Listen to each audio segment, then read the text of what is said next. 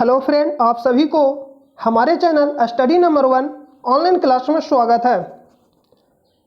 दोस्तों, आज से हम लोग स्टैटिक जी के क्लास शुरू करने वाले हैं, मतलब शुरू करने जा रहे हैं।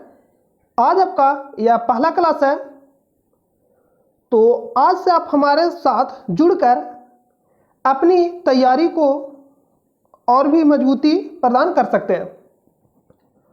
तो आज हम लोग स्टैटिक जी के शुरू करने वाले हैं।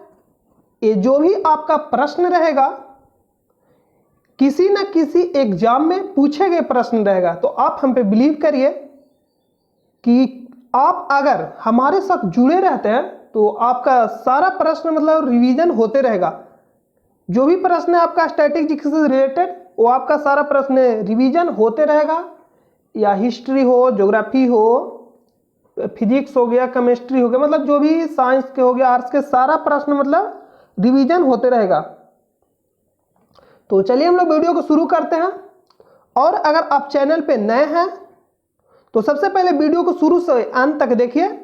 अगर आपको वीडियो अच्छा लगता है और आप हमारे चैनल से मतलब जुड़े रहना चाहते हैं, ऐसे ही वीडियो आप डेली मतलब पढ़ना चाहते हैं आप हमारे साथ जुड़कर, तो आप हमारे चैनल को सब्सक्राइब करिए। और अगर आप अपने दोस्तों पर शेयर करना चाहते हो तो अपने दोस्तों पास भी शेयर कर दीजिए।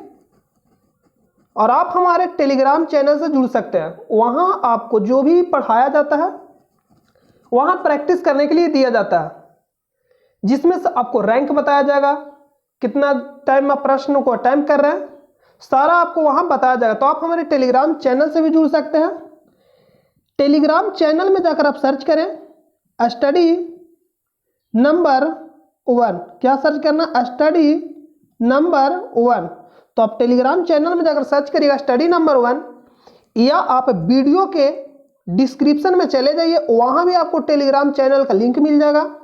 या आप जहां कमेंट करते हैं वहां भी आपको टेलीग्राम चैनल का लिंक मिल जाएगा। तो आप वहां से हमारे टेलीग्राम चैनल से जुड़ सकते हैं और आप अपने आप को आजमा सकते हैं कि आप किस लेवल पे हैं।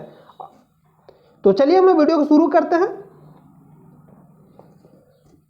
आज का जो आपका पहला प्रश्न है, जो आज का आपका पहला प्रश्न है, जो ये आपका आज का पहला प्रश्न है कि महात्मा गांधी ने 1919 में किसके खिलाफ सत्याग्रह आंदोलन शुरू किया? यहां लिख रहा है कि महात्मा गांधी ने 1919 में किसके खिलाफ सत्याग्रह आंदोलन शुरू किया। जो महात्मा गांधी ने सत्याग्रह आंदोलन शुरू किया था, वो आपको बताना किसके खिलाफ शुरू किया था। तो ऑप्शन नंबर जो ए में दिया गया है, जालियांवाला बाग मसाकर, और बी में जो दिया गया एबोलिशमेंट ऑफ प्रिंसली स्टेटस, और जो सी में दिया गया साइमन कमीशन, और डी में दिया गया इनेक्टमेंट ऑफ रॉलेट एक्ट। तो आपको बताना है कि इसमें से कौन सा ऑप्शन राइट होगा इस प्रश्न के लिए। तो आप हमें कमेंट करके जल्दी जल्दी बताइए कि इस प्रश्न का आंसर राइट क्या होगा। तो आपको बता दें, जो जालियांवाला बाग हत्याकांड हुआ था वो कब हुआ था? 13 अप्रैल 1919 को हुआ था। और जो साइमन कमीशन भारत था 1928 में आया था भारत। ये जो आपका हुआ था 1919 में, ये कब हुआ था? 1919 में, 13 अप्रैल 1919 को आप लिख सकते हैं। 13 अप्रैल 1919 को। ये आपका 1928 में भरा था। तो जो रॉलेट एक्ट था ये 1919 में बना था। ये कब बना था? 1919 में। जो ये जालियांवाला मतलब ये 1919 में बना था रॉलेट एक्ट। तो इसी के खिलाफ महात्मा गांधी ने खिलाफत सत्याग्रह आंदोलन को शुरू किया। किसके खिलाफ किया था? रॉलेट एक्ट के खिलाफ किया था। जो रॉलेट एक्ट था, इसको बिना अपील, बिना वकील और बिना दलील का कानून भी कहा गया। तो आपको पूछता है कि बिना अपील, बिना वकील और बिना दलील का कानून किसे कहा गया? तो रॉलेट एक्ट को कहा गया था। इसे काला अधिनियम, जिसे हम लोग ब्लैक एक्ट भी कहते हैं, और इसका अन्य नाम है जिसे हम लोग, इसका जो नाम है आतंकवादी अपराध अधिनियम के नाम से भी ये जाना जाता है। आपसे एग्जाम में प्रश्न ए पूछता है कि रॉलेट एक्ट को किसने काला कानून कहा? आपका जो ऑप्शन में रहेगा महात्मा गांधी, ये आपका राइट आंसर हो जाएगा। ये एग्जाम में बहुत मतलब पूछा जाता है और बहुत ही इंपॉर्टेंट प्रश्न आप अगर पढ़िएगा तो आपको जब एग्जाम में प्रश्न पूछा गया है तो वहां सब जब प्रीवियस क्वेश्चन पढ़ेगा तो वहां ही आपको मिलेगा, ऐसा जनरली पढ़ने के लिए नहीं मिलेगा। तो आपसे पूछता है कि आपका जो हो गया रॉलेट एक्ट को किसने काला कानून कहा? तो आंसर जो होगा महात्मा गांधी। और जो इसका जो आंसर होगा इस प्रश्न के लिए जो आंसर आपका हो जाएगा option number A, option number D आपका राइट हो जाएगा, रॉलेट एक्ट हो जाएगा इसका आंसर। तो चलिए हम लोग नेक्स्ट प्रश्न पे चलते हैं। और आप अपने पास एक कॉपी और पेन लेकर बैठे, जो भी आपको पॉइंट लिखा जाता है आप उसे नोट डाउन करते जाइएगा। जो भी पॉइंट लिखा जाएगा आपको इंपॉर्टेंट पॉइंट लिखा है जो एग्जाम में बहुत ही पूछे जाते हैं, तो आप अपने पास पेन और एक कॉपी लेकर बैठिएगा साथ में और पॉइंट को नोट डाउन करते जाइएगा। तो चलिए हम लोग अगला प्रश्न को देखते हैं, जो आपका ये 2 नंबर जो प्रश्न है कि स्वतंत्रता संग्राम के दौरान नागरिक अवज्ञा आंदोलन किसके साथ शुरू हुआ?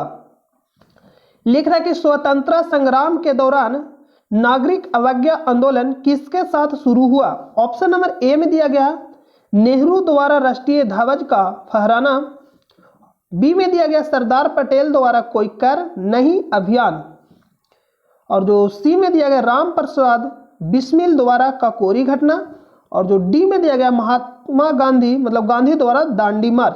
तो आपको बताना है कि स्वतंत्रता संग्राम के दौरान नागरिक अवज्ञा आंदोलन किसके साथ शुरू हुआ। तो आप हमें कमेंट करके जल्दी बताइए कि इसका जो आंसर होगा क्या होगा। तो इसका जो आंसर आपका राइट हो जाएगा ऑप्शन नंबर डी आपका राइट हो जाएगा। ऑप्शन नंबर क्या हो जाएगा? डी राइट हो जाएगा। तो जो दांडी मार्च जो शुरू हुआ था, तो इसको चलिए हम लोग पॉइंट लिख लेते हैं। जो दांडी मार्च जो शुरू हुआ था कब शुरू हुआ था? तो ये जो आपका शुरू हुआ था 12 मार्च, ये कब हुआ था? 12 मार्च 1930 को शुरू हुआ था। कहां शुरू हुआ था? 12 मार्च 1930 को शुरू हुआ था। साबरमती आश्रम से कहां तक? साबरमती से लेकर कहां तक? दांडी तक के लिए शुरू हुआ था। तो आपसे पूछता है कहां से शुरू हुआ था? साबरमती से कहां तक? तो दांडी तक के लिए शुरू हुआ था। इसमें कितने सहयोगी शामिल थे? तो 78 सहयोगी मतलब 78, इसमें अनुयायी शामिल थे मतलब सहयोगी थे इसमें शामिल 78 लोग शामिल थे। और इसमें जो कितना दिन लगा था यहां से तक पूछने में? तो यहां से यहां तक जो जाने में जो टाइम लगा था ये आपका 24 दिन लगा था। कितना दिन लगा था? 24 दिन लगा था। यहां से लेकर यहां तक जाने में कितना दिन लगा था? 24 दिनों का पश्चात 6 अप्रैल 1930 को दांडी पहुंचकर क्या किया? नमक कानून को तोड़ा। किसने तोड़ा था? महात्मा गांधी। तो इस प्रश्न का जो आपका राइट आंसर हो जाएगा, इसका जो राइट आंसर हो जाएगा ऑप्शन नंबर डी आपका राइट आंसर हो जाएगा। तो चलिए हम लोग नेक्स्ट प्रश्न में चलते हैं। अगला प्रश्न है प्रश्न नंबर 3 है आपका कि एंटोमोलॉजी विज्ञान किसके अध्ययन से संबंधित है? तो आपको बताना है कि एंटोमोलॉजी विज्ञान किसके अध्ययन से संबंधित है। तो जो एंटोमोलॉजी ऑप्शन नंबर जो ए में दिया गया कि मानव जाति में सुधार, बी में दिया गया पुष्प, और सी में दिया गया कीड़े, और जो डी में दिया गया कि भाषाओं। तो आपको बताना है कि ये जो विज्ञान है किससे संबंधित है। तो चलिए हम लोग इसको पहले बारे में कुछ लिख लेते जो भी आपको ऑप्शन में दिया गया। जो ऑप्शन नंबर ए में दिया गया मानव जाति में सुधार, तो मानव जाति में सुधार के अध्ययन को हम लोग कहते हैं यूफेनिक्स। इसको क्या कहते हैं? यूफेनिक्स। इसको कहते हैं यूफेनिक्स, इसको हम लोग बोलते हैं यूफेनिक्स। और जो पुष्प का अध्ययन है तो बहुत ही एग्जाम में पूछा जाता है, तो इसको हम बोलते हैं एंथोलॉजी। इसको क्या बोलते हैं? इसको बोलते हैं एंथोलॉजी, इसको बोलते हैं एंथोलॉजी। और जो कीड़े का अध्ययन है उसको बोलते हैं एंटोमोलॉजी। तो इस प्रश्न का जो आंसर आपका हो जाएगा ऑप्शन नंबर सी हो जाएगा। एंटोमोलॉजी किसका अध्ययन है? कीड़ों का अध्ययन। और जो भाषाओं का जो अध्ययन है इसको हम लोग बोलते हैं फिलोलॉजी। इसको क्या बोलते हैं? फिलोलॉजी। इसको हम लोग बोलते हैं फिलोलॉजी। फिलोलॉजी, लॉजी का मतलब ही होता है अध्ययन। तो इसको क्या बोलते हैं, फिलोलॉजी। तो चलिए हम लोग नेक्स्ट प्रश्न में चलते हैं। इस प्रश्न का जो आंसर होगा ऑप्शन नंबर क्या हो जाएगा, सी राइट आंसर। अगला प्रश्न है कि चंद्रमा की सतह पर द्रव्यमान, आपको बताना कि चंद्रमा की सतह पर ऑप्शन नंबर ए में दिया कि द्रव्यमान और वजन दोनों अपरिवर्तित रहते हैं, और बी में दिया कि द्रव्यमान स्थिर रहता है और केवल वजन कम होता है। सी में है कि द्रव्यमान और वजन कम हो जाता है, और डी में केवल द्रव्यमान कम हो जाता है। एक पॉइंट लिखेंगे हम लोग, जो यहां लिखेंगे द्रव्यमान एक साइड, द्रव्यमान और वजन। तो द्रव्यमान है जो हमेशा क्या होता है, स्थिर रहता, सभी जगह स्थिर रहता, लिखेंगे सभी जगह स्थिर रहता, कहता सभी जगह स्थिर रहता। और जो वजन है स्थान स्थान पे परिवर्तित होते रहता, परिवर्तित लिख दीजिए, परिवर्तित परिवर्तित होते रहता। तो लिख रहा है यहाँ कि द्रव्यमान है जो सभी जगह, मतलब सभी जगह स्थिर रहता, और जो वजन है अपरिवर्तित रहता। तो वजन अपरिवर्तित रहता, जो पृथ्वी पर जो वजन है वो जो आपका हो जाएगा जी, मतलब मान लीजिए कि जी है, तो यहाँ जो आपका हो जाएगा 1/6, कितना हो जाएगा 1/6। तो यहाँ आपका जो जी का जो मान है कम जाता था, इसलिए वजन जो यहाँ होता है यहाँ कम जाता है पृथ्वी के तुलना में। यहाँ जो वजन होता है पृथ्वी की तुलना में क्या होता है, कम जाता है चंद्रमा पे, क्योंकि चंद्रमा पे जो होता है जी का मान 1/6 होता है, इसलिए कम जाता है। और जो आपको पॉइंट याद रखने की, जो द्रव्यमान रहता है सभी जगह मतलब हमेशा स्थिर रहता है, चाहे जहां भी चल जाए ब्रह्मांड में, जो द्रव्यमान रहता है स्थिर रहता, जो वजन है परिवर्तित रहता, अपरिवर्तित नहीं होगा, यहाँ पे परिवर्तित लिखिएगा, ये क्या होता है, परिवर्तित रहता। जो वजन आपका होगा परिवर्तित रहता, मतलब परिवर्तित होते रहता है, और जो द्रव्यमान है अपरिवर्तित, स्थिर या अपरिवर्तित आप लिख लीजिएगा। तो जो इस प्रश्न में आपको जो बताना कि द्रव्यमान और वजन दोनों अपरिवर्तित रहता, दोनों अपरिवर्तित रहता नहीं, सिर्फ द्रव्यमान रहता और वजन बदलते रहता, ये आपका क्या हो जाएगा, यहां से प्रश्न डिलीट हो गया, 1 मिनट रुकिएगा। ये आपका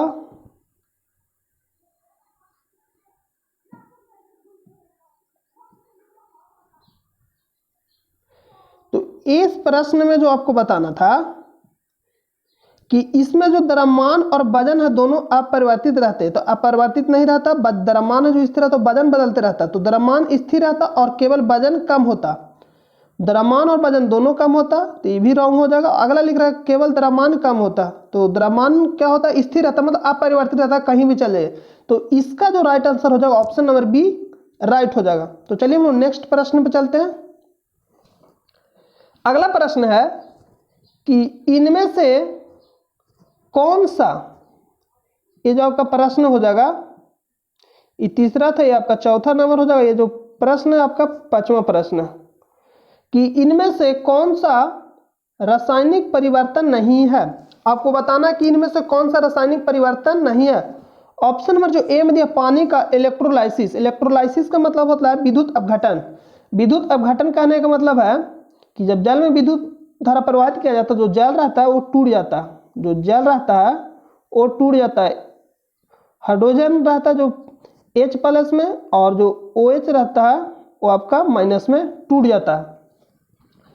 तो यहां से आपको बताना, जो लोहे में जंग लगना, कोयला जलना, और डी में तरल नाइट्रोजन का वाष्पीकरण।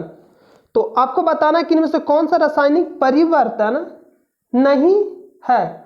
तो इनमें से कौन सा रासायनिक परिवर्तन नहीं है, तो जल्दी जल्दी आप कमेंट करके हमें बताइए कि इनमें से कौन सा रासायनिक परिवर्तन नहीं है। तो इस प्रश्न का जो आंसर होगा ऑप्शन नंबर डी होगा। ऑप्शन नंबर क्या होगा, डी होगा। तो आप पॉइंट लिखिएगा कि रासायनिक परिवर्तन और भौतिक परिवर्तन। रासायनिक परिवर्तन कहने का मतलब है जो एक पदार्थ से दूसरे पदार्थ में बदल जाए उसको कहते हैं रासायनिक परिवर्तन। जो मतलब नए पदार्थ का निर्माण हो जाएगा तो रासायनिक परिवर्तन है। तो आप लिखिएगा भौतिक और रासायनिक में पॉइंट करके लिखिएगा। आप यहां लिखिए भौतिक, भौतिक और इधर रासायनिक, रासायनिक। तो इसमें नए पदार्थ का निर्माण होता है। यहां लिखेंगे नए, नए पदार्थ का निर्माण होता है, नए पदार्थ का निर्माण होता। और इसमें लिखेंगे नहीं होता। इसमें क्या होगा? नहीं होता। तो ये पॉइंट आपको याद रखना है। जो रासायनिक में है वो नए पदार्थ का निर्माण होता और भौतिक में नहीं होता। तो इसका जो आंसर हो जाएगा ऑप्शन नंबर डी राइट हो जाएगा। तरल नाइट्रोजन का वाष्पीकरण नए पदार्थ नहीं बदलता। तो इसका राइट आंसर क्या हो जाएगा? तरल नाइट्रोजन का वाष्पीकरण। तो चलिए हम लोग अगला प्रश्न पे चलते हैं। अगला प्रश्न है प्रश्न नंबर 6 है आपका कि निम्नलिखित में से कौन सी रेखा भारत में से होकर गुजरती है।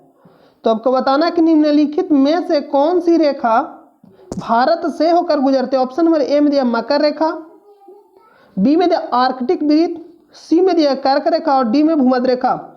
तो ये बहुत ही सिंपल प्रश्न है। तो इसका जो आंसर होगा ऑप्शन नंबर सी कर्क रेखा। कितने राज्यों से होकर गुजरता है? 8 राज्यों से होकर गुजरता है।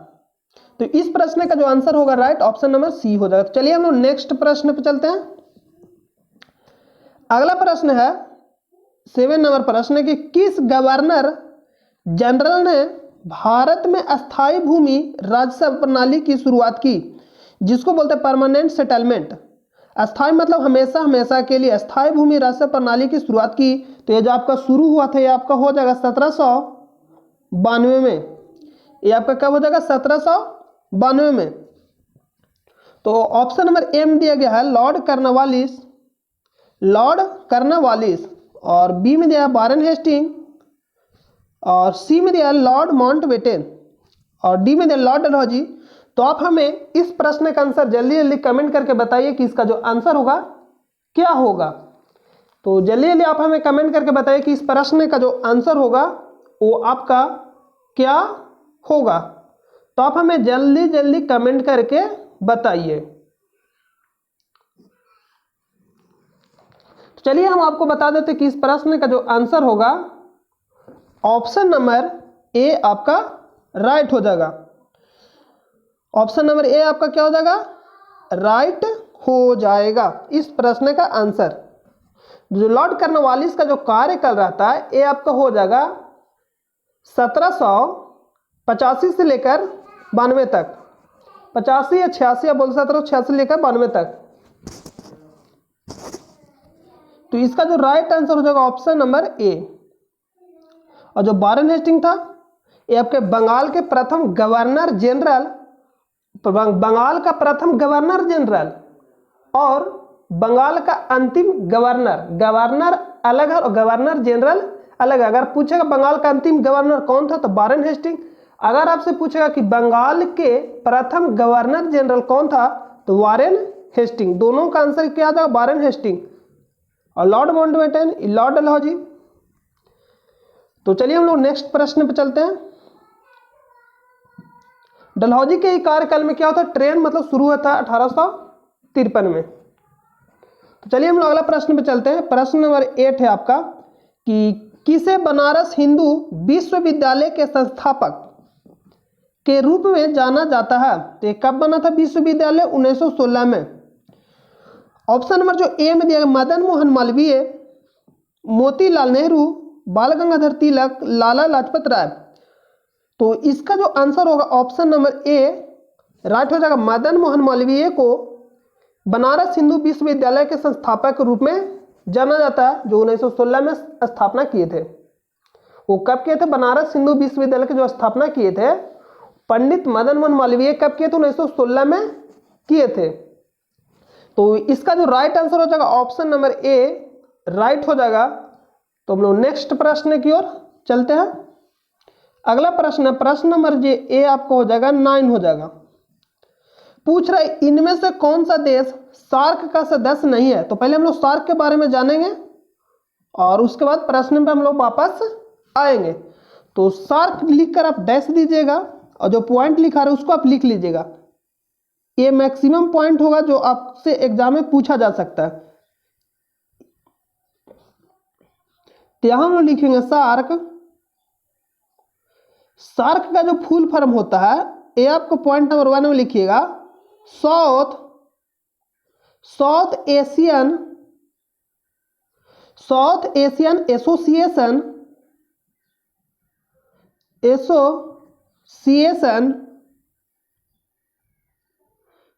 इसका मतलब होता है कि एक ही में लिखा है एसोसिएशन फॉर रीजनल कॉर्पोरेशन।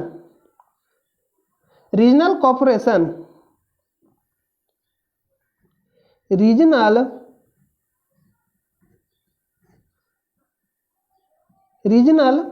ये लिखा रीजनल कॉर्पोरेशन।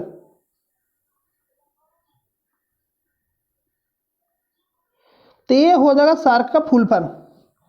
इसका जो स्थापना किया गया था वो कब किया गया था? इसका जो स्थापना किया गया था 8 दिसंबर 1985 को। और मुख्यालय कहाँ? काठमांडू, जो आपका नेपाल में पड़ता है। मुख्यालय कहाँ? काठमांडू, जो कहाँ पड़ता है? नेपाल में पड़ता है। और इसमें जो सदस्य देश था, जो सदस्य देश आपको हो जाएगा, तो सदस्य देश में जो आपका हो जाएगा वो आपका हो जाएगा भारत। जो भी मतलब भारत से आसपास है, भारत के मतलब जो आसपास जितने भी देश है उन्हीं देशों में से देश है। कितने देश थे इसमें? 8 देश थे। जो सदस्य देश थे वो कितने हो जाएंगे? 8 सदस्य देशों। तो यहाँ इंटू करके आप लिख लीजिए कि ये जो आपके हो जाएंगे कितने सदस्य देश थे? 8। और कौन कौन थे वो? तो भारत के आसपास अगर देखिएगा तो भारत हो जाएगा। साउथ एशियन आपको लिखा गया है फुल फॉर्म में कि South Asian association for regional cooperational, इसका जो फुल फॉर्म होता है। तो साउथ कहने का मतलब एशियन मतलब जो भी दक्षिण एशिया है। तो जो भी दक्षिण एशिया है भारत के मतलब आसपास अगर देखिएगा तो जैसे मान लीजिए कि भारत हो गया। भारत के बाद अगर देखिएगा तो पाकिस्तान हो जाएगा,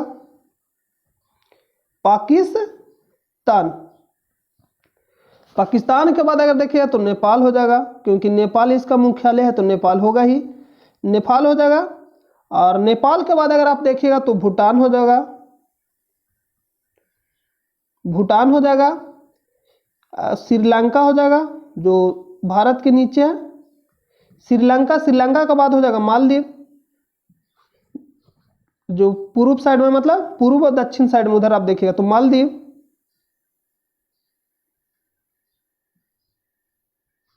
मालदीव के बाद अगर देखिएगा तो आपका हो जाएगा बांग्लादेश, बांग्लादेश। तो आप देख रहे हैं कि जितने भी जो देश है ये भारत के आसपास के देश है। जितने भी देश है ये भारत के आसपास के देश है। तो यहाँ हो जाएगा बांग्लादेश। तो आप इसको नोट डाउन कर लीजिएगा। और इसमें 8 सदस्य हुआ था, कितना हुआ? 1 2 3 4 5 6 7। एक और हो जाएगा जो आपका हो जाएगा अफगानिस्तान, अफगानिस्तान।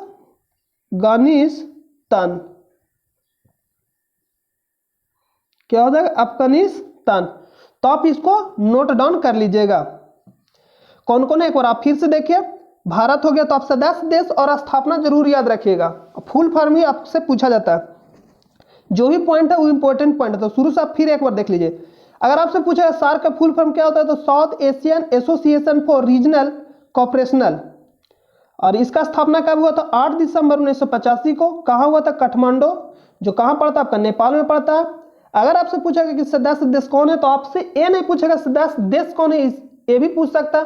और निम्नलिखित में कौन सा सदस्य देश सार्क का नहीं है, ये भी पूछ सकता है। तो भारत हो जाएगा, पाकिस्तान हो जाएगा, तो नेपाल हो जाएगा जो ऊपर साइड है, भूटान भी ऊपर साइड हो जाएगा, श्रीलंका जो भारत के नीचे साइड है, मालदीव हो गया, बांग्लादेश हो गया, अफगानिस्तान हो गया। तो ये जो सभी है सार्क के क्या सदस्य हैं। तो आपसे यहाँ प्रश्न में पूछा कि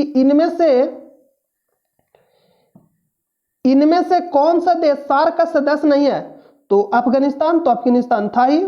मालदीव ये भी था। नेपाल ये भी हो जाएगा। म्यांमार, तो म्यांमार जो था वो सार्क का सदस्य नहीं था। तो ऑप्शन नंबर डी आपका राइट हो जाएगा। तो चलिए हम लोग नेक्स्ट पॉइंट पे चलते हैं, नेक्स्ट प्रश्न पे। अगला प्रश्न है आपका, प्रश्न आपका 10 हो जाएगा कि भारत के संविधान के तहत नागरिक का मौलिक कर्तव्य कौन सा है।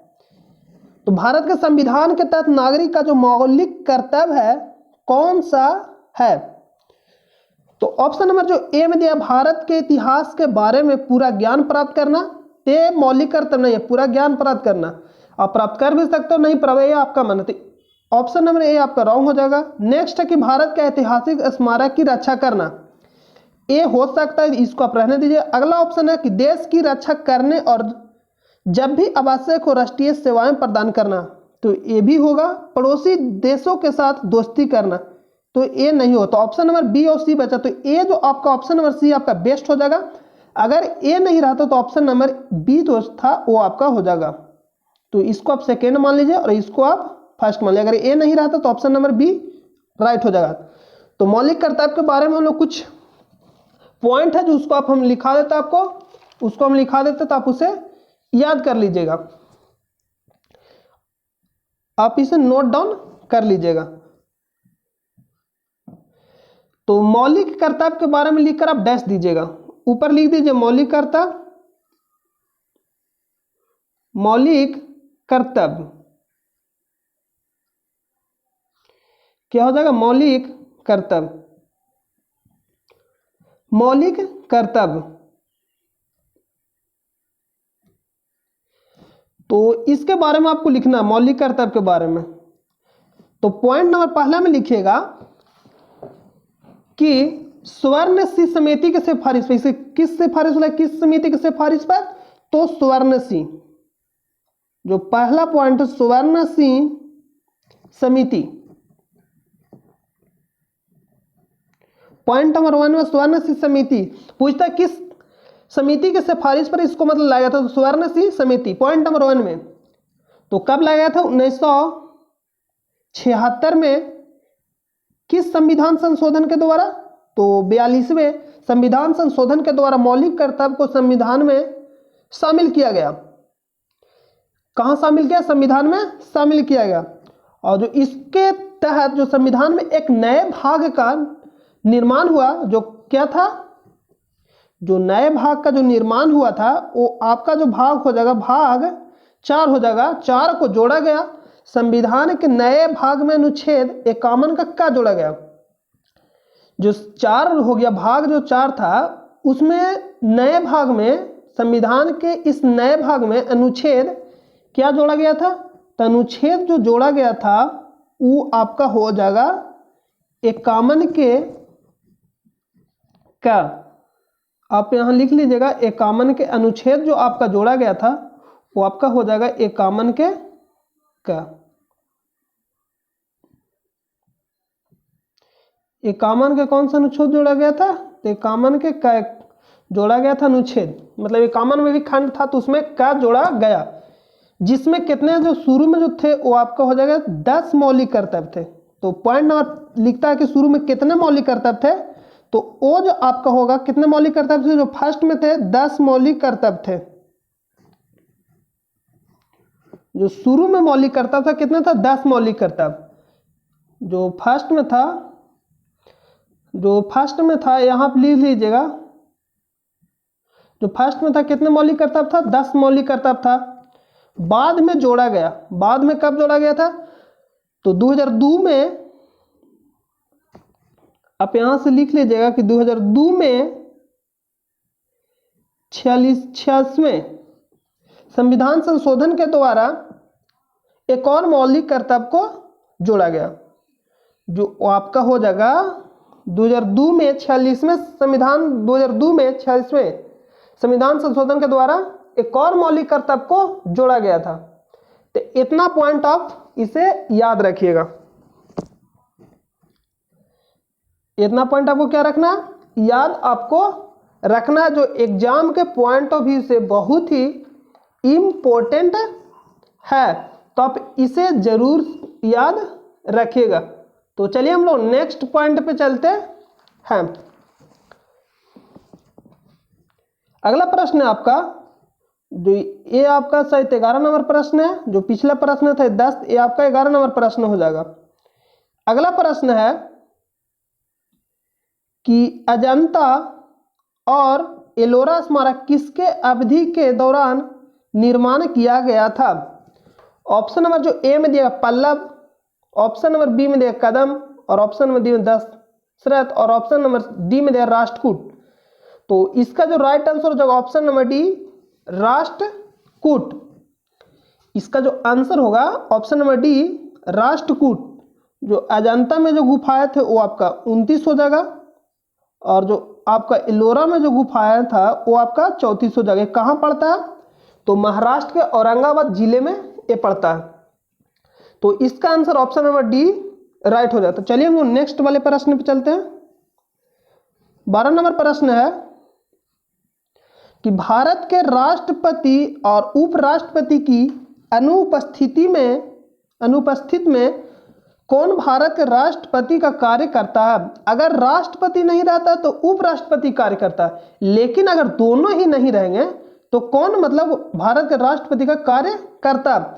अगर मान लीजिए भारत का राष्ट्रपति नहीं है तो उपराष्ट्रपति, भारत के जो उपराष्ट्रपति है वह कार्य करता है राष्ट्रपति का उसके स्थान पे। लेकिन अगर राष्ट्रपति और उपराष्ट्रपति दोनों अनुपस्थित हो तो कौन कार्य करेगा? भारत के राष्ट्रपति का कार्य करता है। तो आपको बताना है ऑप्शन नंबर जो ए में दिया गया लोकसभा स्पीकर, बी में दिया गया सेना के कर्मचारियों का प्रमुख, और सी में दिया गया प्रधानमंत्री, और जो डी में दिया गया भारत के मुख्य न्यायाधीश। तो आपको बताना कि इनमें से कौन सा ऑप्शन राइट होगा इस प्रश्न के लिए। तो आप हमें कमेंट करके जल्दी जल्दी बताइए कि इस प्रश्न का आंसर क्या होगा, कि भारत के राष्ट्रपति और उपराष्ट्रपति की अनुपस्थिति में कौन भारत के राष्ट्रपति का कार्य करता है।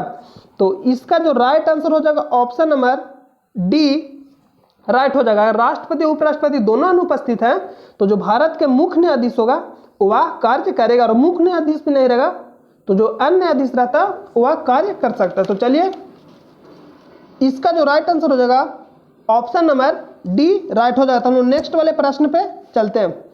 अगला प्रश्न आपका 13 नंबर जो प्रश्न आपका हो जाएगा कि रात का अंधापन किसकी कमी के कारण होता है?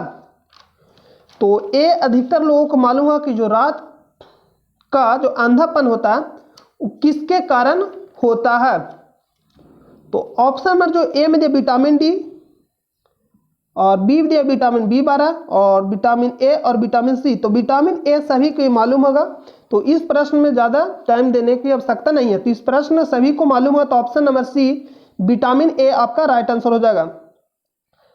प्रश्न 14 नंबर प्रश्न है कि नीली क्रांति किससे संबंधित है? नीली क्रांति किससे संबंधित है? ऑप्शन नंबर जो ए में दिया ओजोन परत की सुरक्षा, ऑप्शन नंबर बी दिया मत्स्य पालन का विकास, सी में दिया कीमती पत्थरों के उत्पादन और निर्यात में वृद्धि, और डी में दिया कि तेल फसलों के उत्पादन में वृद्धि। तो आपको बताना है कि जो नीली क्रांति था वह किससे संबंधित है। नीली क्रांति किससे संबंधित है? तो ऑप्शन नंबर ए में दिया ओजोन परत की रक्षा, ओजोन परत की सुरक्षा, बी में दिया गया मत्स्य पालन का विकास, और जो सी में दिया गया कीमती पत्थरों के उत्पादन और निर्यात में क्या होता है, निर्यात में वृद्धि। तो आपको बताना है कि कौन सा इस प्रश्न के लिए राइट आंसर होगा। तो आप हमें कमेंट करके जल्दी बताइए। तो मत्स्य उत्पादन से हो जाएगा, तो मत्स्य पालन का विकास ऑप्शन नंबर जो इसका जो राइट आंसर हो जाएगा ऑप्शन नंबर बी आपका राइट हो जाएगा। तो चलिए इससे संबंधित जो भी इंपॉर्टेंट पॉइंट उसको हम लोग लिख लेते हैं। अगर आपसे पूछेगा हरित क्रांति, जो भी आपको लिखा रहे इंपॉर्टेंट पॉइंट आप लिखते जाइएगा। अगर आपसे पूछेगा हरित क्रांति तो आपका हो जाएगा खाद्यान्न,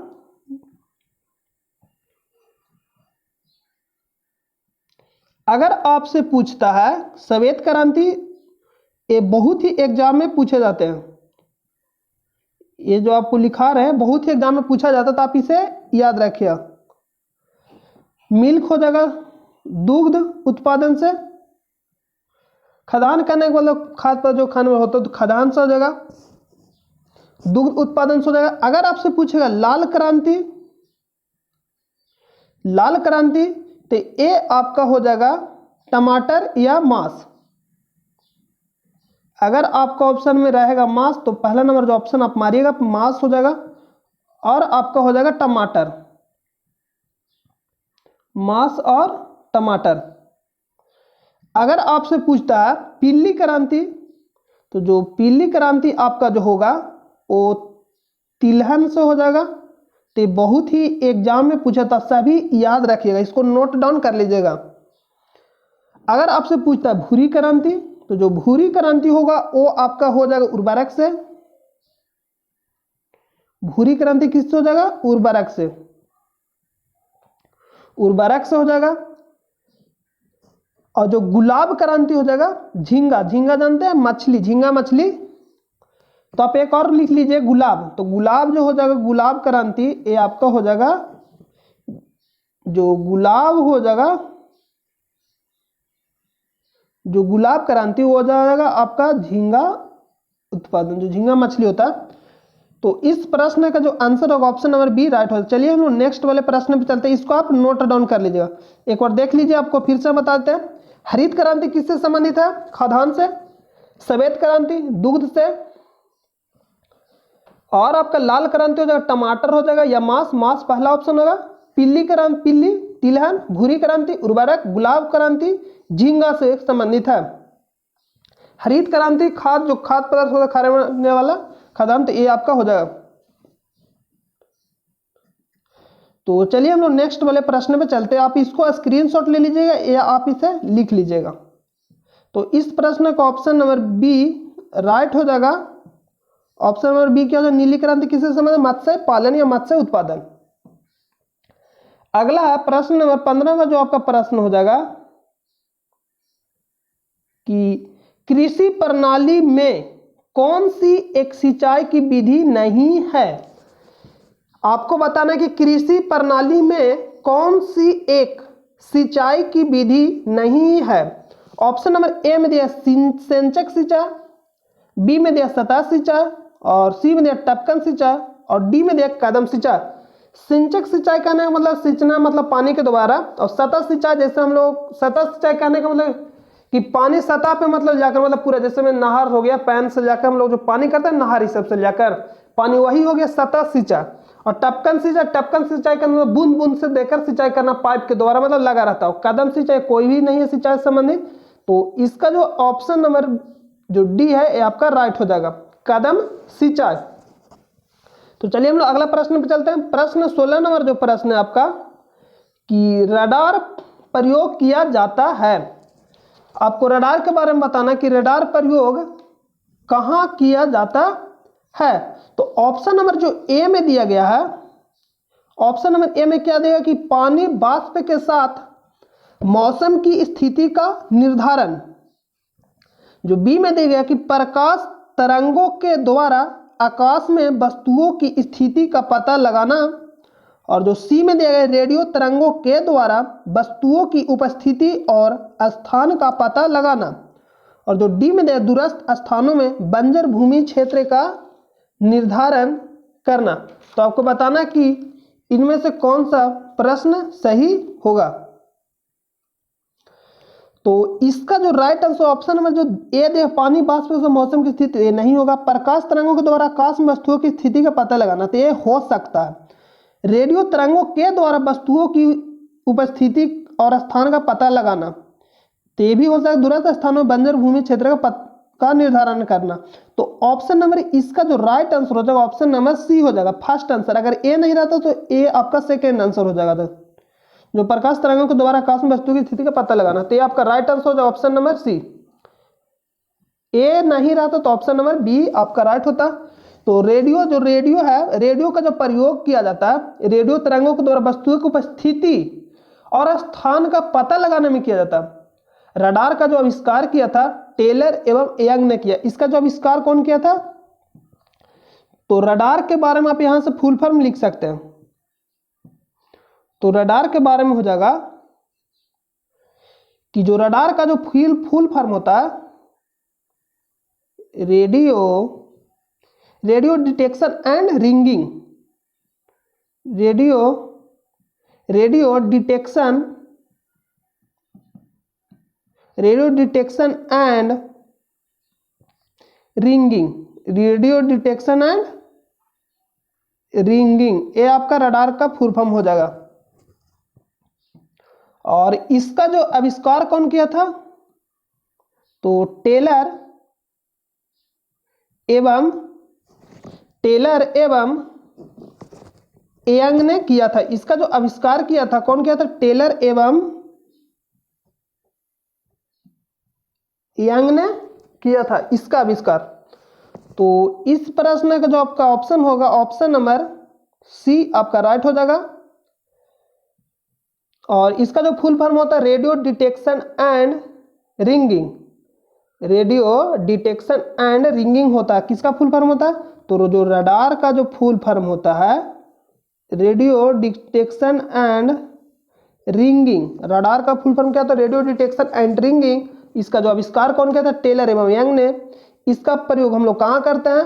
तो इसका प्रयोग जो करते हैं रेडियो तरंगों के द्वारा वस्तुओं की उपस्थिति और स्थान का पता लगाने में किया जाता है। तो इस प्रश्न का जो ऑप्शन आपका हो जाएगा राइट आंसर, इस प्रश्न का जो आंसर राइट होगा ऑप्शन नंबर सी। तो चलिए हम लोग अगला प्रश्न पे चलते हैं। अगला प्रश्न है, अगला प्रश्न ये जो आपका हो जाएगा 17 नंबर प्रश्न है आपका कि बिहार के जनजातीय नेताओं में से किसने भारत में ब्रिटिश शासन के खिलाफ डटकर विरोध किया? ऑप्शन नंबर जो ए में दिया गया चक्रा बिसोई, ऑप्शन नंबर जो बी में दिया कि रूप सिंह, और जो सी में दिया कि जबू नंग, और डी में दिया बिरसा मुंडा। तो उस समय जो झारखंड था और बिहार एक ही में था, तो इसका जो आंसर होगा option number D Birsa Munda. इसका जो राइट आंसर हो जाएगा क्या हो जाएगा? बिरसा मुंडा। तो चलिए हम लोग नेक्स्ट प्रश्न पे चलते हैं। 18 नंबर प्रश्न है कि महात्मा गांधी किसे अपना राजनीतिक गुरु समझते थे? ऑप्शन नंबर ए में दिया गोपाल कृष्ण गोखले, ऑप्शन नंबर जो ए में दिया गया Gopal Krishna Gokhale, option number A में क्या दिया गया? गोपाल कृष्ण गोखले, बी में दिया सरदार वल्लभ भाई पटेल, सी में देगा कि भाई मती दास, और जो डी में दिया लाला लाजपत राय। तो महात्मा गांधी के जो राजनीतिक गुरु थे वो गोपाल कृष्ण गोखले हो जाएंगे। और जो गोपाल कृष्ण गोखले के राजनीतिक गुरु थे, जो गोपाल कृष्ण गोखले हो जाएंगे, इनके जो राजनीतिक गुरु थे वो हो जाएंगे एमजी रानाडे। एमजी कौन थे? रानाडे। गोपाल कृष्ण अगर गोखले के पूछेगा राजनीतिक गुरु कौन थे तो एमजी रानाडे थे, जो महाराष्ट्र के सुकरात के नाम से भी जाने जाते हैं। आपसे पूछता है कि महाराष्ट्र का सुकरात किसे कहा जाता है, तो एमजी रानाडे को। और जो एमजी जो रानाडे थे वो गोपाल कृष्ण गोखले के राजनीतिक गुरु थे, और जो गोपाल कृष्ण गोखले थे वो आप महात्मा गांधी के राजनीतिक गुरु थे। तो इस प्रश्न का ऑप्शन नंबर ए आपका राइट हो जाएगा। तो चलिए हम लोग अगला प्रश्न पे चलते हैं। ये आपका 19 नंबर प्रश्न हो जाएगा कि कौन सा एक अजैविक प्राकृतिक संसाधन है? अजैविक, कौन सा एक अजैविक प्राकृतिक संसाधन है? तो आपको हम बता दें कि संसाधन जो होता है उत्पत्ति के आधार पर संसाधन के दो प्रकार होते हैं। पहला होता है जैव संसाधन और दूसरा होता है अजैव संसाधन। जैव संसाधन कहने का मतलब होता है ऐसे संसाधनों की प्राप्ति जैव मंडल से होती है। ऐसे संसाधनों की प्राप्ति जैव मंडल, इनमें सजीव के सभी लक्षण मौजूद है। अरे जैव कहने का मतलब जिसमें जीव हो, जो मतलब सजीव के सभी लक्षण क्या हो, मतलब हो, सभी लक्षण क्या हो, मौजूद हो, उसी को हम लोग क्या बोलते हैं? जैव संसाधन। और अजैव संसाधन कहने का मतलब है कि निर्जीव वस्तुओं के समूहों को अजैव संसाधन कहते हैं, जिसमें मतलब सजीव के लक्षण नहीं हो। तो जैव संसाधन हो जाए मनुष्य, वनस्पति। तो चलिए हम इसको आपको पॉइंट लिख देते हैं।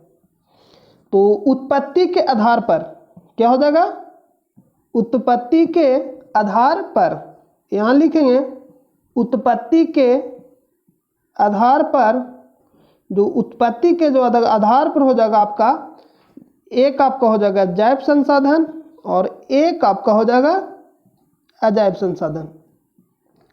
एक आपका जैव संसाधन हो जाएगा, एक आपका अजैव संसाधन। जैव संसाधन में हो जाएगा मनुष्य हो जाएगा, वनस्पति हो जाएगा। तो यहाँ पे एग्जाम्पल में लिख सकते हैं मनुष्य, वनस्पति,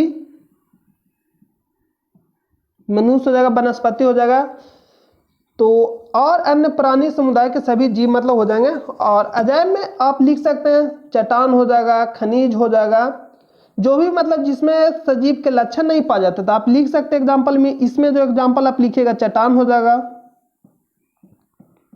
चट्टानों हो गया और खनिज हो गया, ऐसे जो मतलब सजीव के गुण नहीं पाए जाते। तो यहाँ को बता रहा है कि कौन सा एक अजैव प्राकृतिक संसाधन है। तो ऑप्शन नंबर ए में दिया जीवाणु, तो जीवाणु में तो सजीव के गुण पाए जाते हैं, तो ए आपका रॉन्ग हो जाएगा। आपके पूछ रहे अजैव, अजैव मतलब सजीव के गुण नहीं पाए जाएंगे लक्षण। मृदा, सॉइल जिसको मट्टी बोलते हैं, मिट्टी और कवक, इसमें भी सजीव के गुण पाए जाते, पौधे इसमें भी पाए जाते हैं। तो इसका जो राइट आंसर हो जाएगा ऑप्शन नंबर बी आपका राइट हो जाएगा। तो चलिए हम नेक्स्ट प्रश्न पे चलते हैं। अगला प्रश्न आपका जो 20 नंबर प्रश्न आपका हो जाएगा कि कुतुब मीनार का निर्माण 1192 में कुतुबउद्दीन ऐबक द्वारा शुरू किया गया था। किसने कुतुब मीनार का निर्माण पूरा किया था? आपको बताना है कि किसने कुतुब मीनार का निर्माण पूरा कराया था। ऑप्शन नंबर जो ए में दिया गया कि रजिया सुल्तान, बी में दिया गया इल्तुतमिश, और जो सी में दिया गया है हो जाएगा गियासुद्दीन बलबन, डी में हो जाएगा इब्राहिम लोदी। तो आपको बता दें जो फर्स्ट जो मंजिल था कुतुबुद्दीन ऐबक के काल में बनाया गया था। जो प्रथम जो मंजिल था, फर्स्ट मंजिला, आप यहां लिख लीजिए। यहां जो आपका हो जाएगा जो फर्स्ट मंजिल था कौन बनाया था? कुतुबुद्दीन ऐबक। कुतुबुद्दीन ऐबक जो फर्स्ट मंजिल हो जाएगा। और आपका जो सेकेंड और से लेकर फोर्थ तक कौन बनाया था? इल्तुतमिश ने बनाया। सेकेंड से फोर्थ तक इल्तुतमिश बनाया था। इल्तुतमिश सेकेंड से फोर्थ तक कौन बनाया था? इल्तुतमिश बनाया था। और जो पांचवी मंजिल का जो निर्माण करा था वो फिरोज शाह तुगलक के काल में बनाया गया था। जो इसमें अगर आप देखिए कि चौथी मंजिल को मरम्मत कर इस पर पांचवी मंजिल बनाया था कौन? फिरोज शाह तुगलक ने। लेकिन अगर आपसे पूछता है कि कुतुब मीनार का निर्माण पूरा किसने कराया, तो आपका जो इसमें आंसर हो जाएगा वो आपका हो जाएगा इल्तुतमिश। इसमें जो आंसर होगा आपका क्या हो जाएगा? इल्तुतमिश। यहां ऑप्शन नंबर बी आपका राइट आंसर हो जाएगा। लेकिन इसमें पांचवी मंजिल भी बनाया गया था, जो फिरोज शाह तुगलक बनाया था। वो क्या किया था कि चौथी मंजिल को मरम्मत कर इस पे पांचवी मंजिल भी बनाया था, तो फिरोज शाह तुगलक बनाया था। लेकिन यहां जो आंसर हो जाएगा ऑप्शन नंबर बी राइट हो जाएगा, इल्तुतमिश। यहां जो राइट आंसर क्या हो जाएगा? इल्तुतमिश राइट आंसर हो जाएगा। तो आज के लिए हम लोग इस वीडियो को यहीं रोकेंगे। अगर आपको वीडियो अच्छा लगा हो और आप हमारे चैनल से जुड़े रहना चाहते हैं तो चैनल को सब्सक्राइब करें, बेल आइकन दबाएं और बेल आइकन को प्रेस कर दें। जब भी हम वीडियो डालेंगे तो जब भी मतलब वीडियो अपलोड करेंगे तो उसका नोटिफिकेशन चला जाए। तो डेली आपको वीडियो सुबह 7 बजे प्रोवाइड कर दिया जाता है। तो आप हमारे से डेली जुड़ सकते हैं सुबह 7 बजे और अपनी तैयारी को और भी मजबूती प्रदान कर सकते हैं। तो वीडियो अच्छा लगा तो अपने दोस्तों पर शेयर करें। तो चलिए हम लोग मिलते हैं नेक्स्ट वीडियो में। जब तक के लिए अपना ख्याल रखिए, सुरक्षित रहिए, घर पे रहिए और अच्छे से पढ़ाई करते रहिए।